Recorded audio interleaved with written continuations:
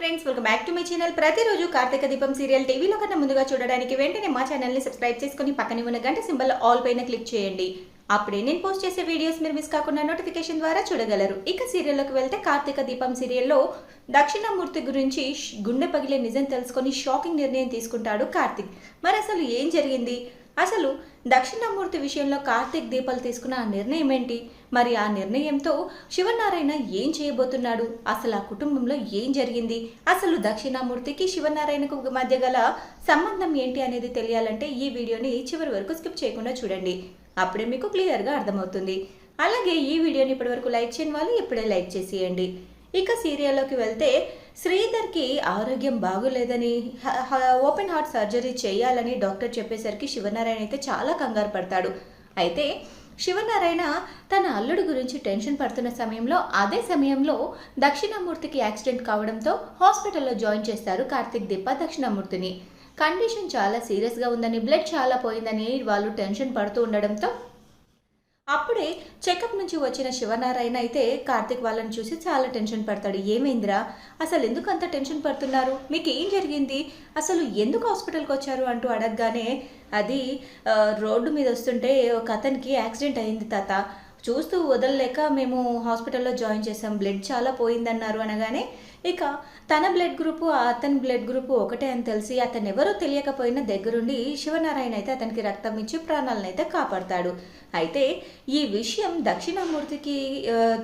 దక్షిణామూర్తి తాతగారే అని తెలిస్తే ఈ తాత ఏమంటాడు అంటూ దీప ఇంకా కార్తిక్ ఇద్దరు కూడా చాలా టెన్షన్ పడుతూ ఉంటారు. శ్రీధర్కి ఈ విషయం తెలుస్తుంది, కానీ అసలు విషయం చెప్పకుండా వాళ్ళ దగ్గర దాస్తారు. అయితే ఎప్పుడు ఏ క్షణాలైనా ఆ నిజం బయటపడుతుందని, అలాగే దక్షిణామూర్తి గురించి తెలిస్తే అది కార్తీక్ దక్షిణామూర్తిని కాపాడాడని, నేనే తనకు రక్తం ఇచ్చేలా చేశానని అని శివనారాయణ గారికి తెలిస్తే చాలా టెన్షన్ పడతారు అని చెప్పేసి శ్రీధర్ అయితే చాలా బాధపడతాడు, భయపడతాడు. వెంటనే కాంచనకి విషయం అయితే చెప్పేస్తాడు. కాంచన కూడా కార్తీక్ చేసిన పనికి చాలా కోపడుతుంది.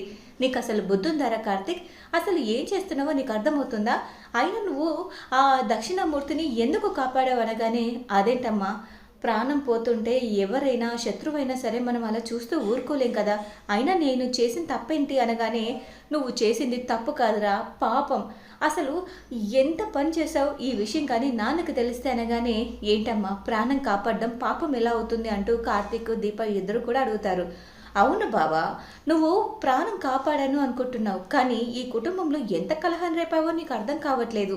తాత ఎంతలా వద్దు అని చెప్తున్నా అలాంటిది తాతని రక్తం ఇచ్చేలా చేసావు అంటే నీది మామూలు ధైర్యం కాదు అంటూ అందులో కల్పించుకుంటుంది జ్యోత్స్న ఈ విషయంలో నీకు సంబంధం లేదు, నువ్వు మాట్లాడొద్దు అంటూ దీప అయితే సౌండ్ చేస్తుంది. అయితే ఏంటి, నువ్వు కూడా నాకు వార్నింగ్ ఇస్తున్నావా? ఆఫ్టర్ ఆల్ నువ్వు ఈ ఇంట్లో పని మనిషివి అంతే, అంతకు మించి ఏం లేదు. అయినా ఈ విషయం గురించి తాతకు తెలిస్తే ఏం జరుగుతుందో తెలుసా అనగానే, ఏంటి తాతగారికి నువ్వు చెప్తావా అనగానే, నేను చెప్పడం కాదు, అసలు ఈ విషయం అంతా తాత అక్కడ ఉండి వింటూనే ఉన్నాడు, ఇక తాతకి ఏం సమాధానం చెప్తావో చెప్పు అంటూ అనగానే కోపంతో రగిలిపోతూ ఉంటాడు. కార్తిక్ కాలర్ పట్టుకొని మరీ అడుగుతూ ఉంటాడు, నీకు ఎంత ధైర్యం రా, నా ఆగర్భ శత్రువైన ఆ దక్షిణ కాలర్ పట్టుకొని నిలదీస్తాడు. అది కాదు తాత నేను అంటూ అనగానే, ఎంత మోసం చేశావురా, అయినా అలాంటి నీచునికి నా రక్తం పంచివాల్సి వచ్చింది, చిచ్చి, అలాంటి వాడు బ్రతకడానికి వీల్లేదు, అలాంటి వాడు ఈ భూమి మీద ఉండడానికే వీల్లేదు అంటూ కోపంగా అరుస్తూ అక్కడి నుంచి వెళ్ళిపోతాడు.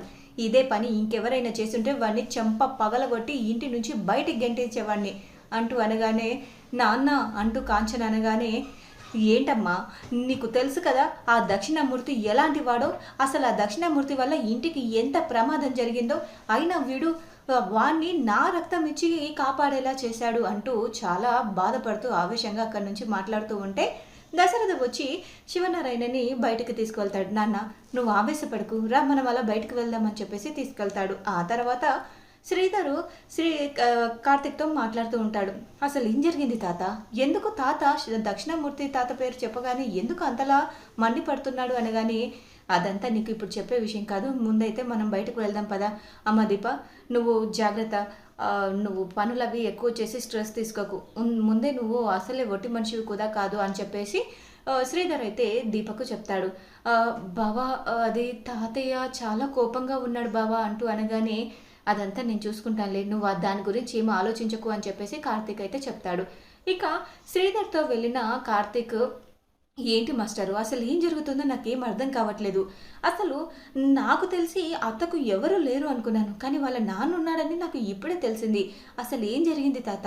నాకేం అర్థం కావట్లేదు అంటూ అనగానే, ఈ విషయం గురించి చెప్పకపోవడమే మంచిది. నేను ఈ విషయం గురించి చెప్పానని తెలిస్తే మామయ్య గారు అస్సలు ఊరుకోరు అనగానే, తాత గురించి నువ్వు ఏం నేను తెలుసుకోవాలనుకుంటున్నాను. నాకు నువ్వు తప్ప ఇంకెవరు లేరు మాస్టరు చెప్పడానికి. అసలు ఏం జరిగింది? అయినా మీరెందుకు హాస్పిటల్‌కి వచ్చారు అనగానే, అది నా విషయం పక్కన పెట్టు అసలు అంటూ అనగానే, ఏమైంది మాస్టరు? కాస్త నీరసంగా కనిపిస్తున్నావు అనగానే, ఏం లేదురా అది అంటూ అనగానే, ఏదైనా హెల్త్ ప్రాబ్లమా అంటూ అనగానే, మళ్ళీ ఏదైనా ప్రాబ్లం వచ్చిందా అనగానే, నేను డాక్టర్కి జనరల్ కన్సల్టేషన్ కోసం వచ్చాను. మీ అమ్మాయి వెంటపడి నన్ను హాస్పిటల్కి మా తాతయ్యనిచ్చి పంపించింది అనగానే, అసలు ఏం జరిగింది అనగానే, ఏం లేదురా చెకప్కి వెళ్తే సర్జరీ కంపల్సరీ అవసరం అని చెప్పారు. ఓపెన్ హార్ట్ సర్జరీ చెయ్యాలి అని చెప్పారు. దాన్ని చూసి మీ తాతయ్య టెన్షన్ పడ్డారు. కానీ నేను చాలా ధైర్యంగానే ఉన్నాను. నాకేం కాదు, ప్రేమగా ప్రాణంగా చూసుకునే మీరంతా ఉండగా నాకేమవుతుందిరా? మీ తాతయ్య భయపడుతున్నారు అంతే అనగానే, ఏంటి మాస్టరు నీకు ఓపెన్ హార్ట్ సర్జరీ చేయాలన్నారా? నాకు చాలా భయంగా ఉంది మాస్టరు. అసలు ఇంత పెద్ద విషయాన్ని ఇంత చిన్నగా ఎలా, ఇంత సామాన్యంగా ఎలా చెప్తున్నావు అనగానే, అయినా అసలు అంటూ అనగానే, నువ్వు ఇంకా ఆ దక్షిణామూర్తి విషయంలో కలుగజేసుకోకపోవడమే మంచిదిరా. ఎందుకంటే శివనారాయణ గారికి, మామయ్య గారికి చాలా కోపం అయినంటే ఆయన వల్ల తీరని నష్టం జరిగింది అనగానే, అసలు ఏం జరిగింది మాస్టరు చెప్పు మాస్టరు అనగానే, అది అంటూ అనగానే, చెప్పండి మాస్టరు ఏదైనా నేను తెలుసుకుంటాను. అసలు విషయం తెలిస్తేనే కదా ఎవరి వైపు తప్పు ఉంది, ఎవరి వైపు అసలు ఏం జరిగింది అనేది తెలిసేది. ఎంత కాదనుకున్నా వాళ్ళు చుట్టాలు, ఆ అత్తకి తండ్రి, కన్న తండ్రి, అలాంటిది అంత ఈజీగా ఎలా వదులుకుంటారు అంటూ అనగానే, కన్న తండ్రి అన్న మాటకే మచ్చ తెచ్చాడు. అసలు ఆయన ఎలాంటి వాడో నీకేం తెలుసురా? అసలు బంధాలు బాంధవ్యాల విషయంలో ఎంతో పర్టికులర్గా ఉండే మీ తాతయ్య శివనారాయణ గారికి ఒకప్పుడు ప్రాణమిత్రుడు, బాల్య స్నేహితుడు. ఆ స్నేహం కాస్త బంధంగా మారాలి అని చెప్పేసి వాళ్ళు చాలానే అనుకున్నారు. కానీ అసలు బంధం అలాగే ఉండాలి అని స్నేహం కాస్త బంధంగా మారాలి అనుకొని అసలు మీ సుమిత్ర అత్తని దశరథ మామయ్యకి చెయ్యాలి అనుకున్నారు. కానీ వాళ్ళు ఆ తర్వాత కొన్ని చిన్న చిన్న అపార్థాల వల్ల వాళ్ళ బిజినెస్ విషయంలో క్లాషెస్ రావడం వల్ల వాళ్ళిద్దరి మధ్య కాస్త శత్రుత్వం ఏర్పడింది. ఆ తర్వాత వాళ్ళిద్దరూ దూరం పెరిగారు. కానీ దశరథ బావకి సుమిత్రకి వాళ్ళిద్దరి మధ్య చిగురించిన ప్రేమని పెళ్లిగా మలుచుకోవాలి అనుకున్నారు. అదే విషయంలో దక్షిణమూర్తిని అడిగారు. కానీ ఆయన ఒప్పుకోలేదు. కానీ దక్షిణమూర్తి భార్య మాత్రం, వాళ్ళ సుమిత్ర గారి తల్లి మాత్రం, తను చాలా మంచిది, పిల్లల ప్రేమని విడదీయకూడదు అనుకుంది. అందుకని వాళ్ళకి ఎలాగైనా పెళ్లి చేయాలి అనుకుంది. దక్షిణామూర్తికి తెలియకుండా వాళ్ళకి సపోర్ట్ చేయాలి అనుకుంది. ఆ టైంలో దక్షిణామూర్తికి ఆ విషయం తెలిసి తన భార్యని బాగా కొట్టాడు. అలా కొట్టడంతో తన భార్య చనిపోయింది. అలాగే తన భార్య చనిపోవడంతో తన చావుకి కారణం, తన తల్లి చావుకి కారణం తన తండ్రి అని తెలిసి సుమిత్ర చాలా బాధపడింది. అప్పటి నుంచి వాళ్ళిద్దరి మధ్య శత్రుత్వం మొదలైంది. ఇక చెప్పినా కూడా వినకుండా దశరథనే పెళ్లి చేసుకుంది అని చెప్పేసి దక్షిణామూర్తి అయితే చాలా బాధపడ్డాడు. అందుకోసం ఇదంతా జరిగింది. అప్పుడే మీ అత్త చనిపోయిందని నీళ్ళు వదిలేసుకున్నాడు. ఇప్పటి వరకు కూడా అసలు సుమిత్ర తనని క్షమించలేదు. తన వల్ల ఒక ప్రాణం పోయింది అని చాలా బాధపడింది.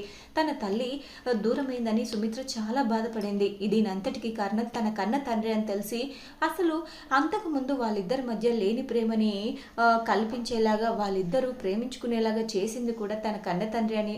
తీరా ప్రేమించాక అసలు భార్య లేదు, కూతురు లేదు అంటూ నీళ్ళు వదులుకోవడం చూసి సుమిత్ర తట్టుకోలేకపోయింది అంటూ అదంతా చెప్పేసరికి, అయినా అసలు ఆ క్లాషెస్ ఎందుకు వచ్చాయనగానే, అదంతా నాకు తెలియదు కానీ ఆ బిజినెస్ క్లాషెస్ అయితే చాలానే వచ్చాయి. ఒక ప్రాణం తీసేంత లెవెల్లో వచ్చాయి. వచ్చాయంటే అది ఏం జరిగిందో మరి మనకైతే తెలీదు అంటూ అనగానే అర్థమైంది మాస్టరు, వాళ్ళిద్దరి మధ్య ఎలాంటి పెద్ద దాపరికాలు లేవు, కానీ ఏదో మూడో వ్యక్తి వల్ల వాళ్ళిద్దరి మధ్య క్లాషెస్ వచ్చాయి.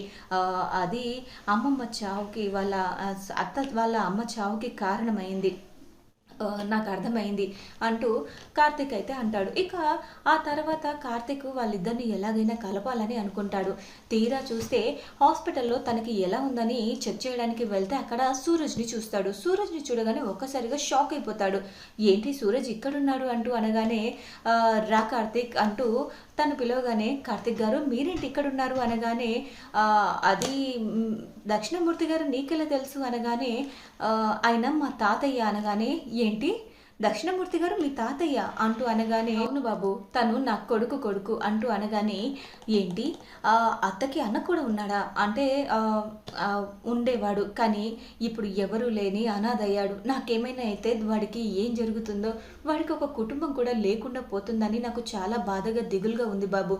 ఎలాగైనా వీడిని ఒక ఇంటికి అల్లుడుగా, ఒక పెద్ద ఇంటికి అల్లుడుగా చేయాలని, అలాగే నా కూతురి ఇంటికి అల్లుడిని చేయాలని అనుకున్నా. అది జరిగేలా అనిపించడం లేదు. ఎందుకంటే అసలు శివనారాయణకి నా మీద కోపం తగ్గింది అనుకున్నాను, కానీ ఇన్నేళ్ళైనా నా మీద కోపాన్ని మాత్రం మర్చిపోలేదు.